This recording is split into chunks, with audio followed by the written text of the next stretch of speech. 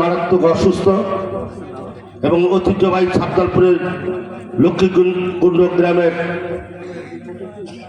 আমাদের আপনজন, আমরা মনে করি আমাদের বিএনপির পরিবার। সেই লক্ষ্মীকুণ্ডের কৃতি সন্তান।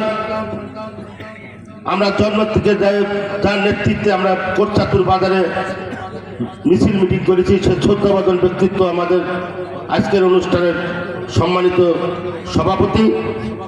আজকের অনুষ্ঠানের প্রধান অতিথি আপনারা ইতিমধ্যে শুনেছেন, মরহুম শহীদুল ইসলাম মাস্টারের উত্তরসূরি, জাতীয়তাবাদী দলের মনোনীত প্রার্থী, কোটচাঁদপুর মহেশপুরে ধানের শীষ যাকে হাতে তুলে দিয়েছে সে আমাদের মেহেদি হাসান রনি।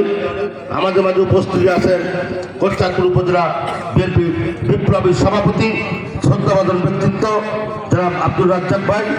আমাদের মাঝে উপস্থিত আছেন থানা বিএনপির সংগ্রামী সাধারণ সম্পাদক লিয়াকত আলী ভাই, এই ইউনিয়নের সভাপতি ফরিদ ভাই, সেক্রেটারি বাবুল সহ সাংগঠনিক সম্পাদক সহ এই এলাকার নেতৃবৃন্দ, গুরুজন, মুরব্বীরা, সবাইকে জানাই বাংলাদেশ জাতীয়তাবাদী দলের পক্ষ থেকে আপনাদের শুভেচ্ছা ও অভিনন্দন। বক্তব্য আমাদের প্রধান অতিথি সাহেব দেবেন। আপনাদের কাছে একটা অনুরোধ করব, লক্ষ্মীকুণ্ড গ্রামে 5,000 উপরে ভোট আছে। আপনারা 17 বছর বহুত অত্যাচার নির্যাতন শিকার হয়েছেন, বহুত হামলা মামলা খেয়েছেন। তার দিকে তাকিয়ে আগামী দিনে ধানের শীষকে আপনার 90% ভোট দিয়ে মেহেদি হাসান রনিকে সংসদে পাঠাবেন, এই প্রতিশ্রুতি আপনারা আজকে দেবেন।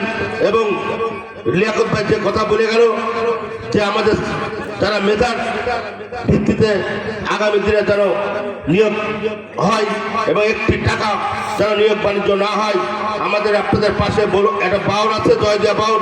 আমরা কিছুদিন আগে এসেছিলাম এই জয়দেয়া মন্দিরে, আমরা দেখলাম অনেক আমাদের হিন্দু সম্প্রদায় ভাইরা বহুত বিপদে আছে। সে কথা দিয়েছে আপনার ধানের শীষে ভোট দিয়ে তাকে সংসদে পাঠান।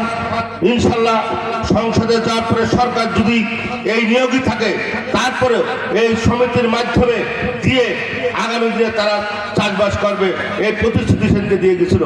তাই আপনাদের কাছে অনুরোধ করবো, আপনারা সবাই আজকে কেউ বসে থাকবেন না।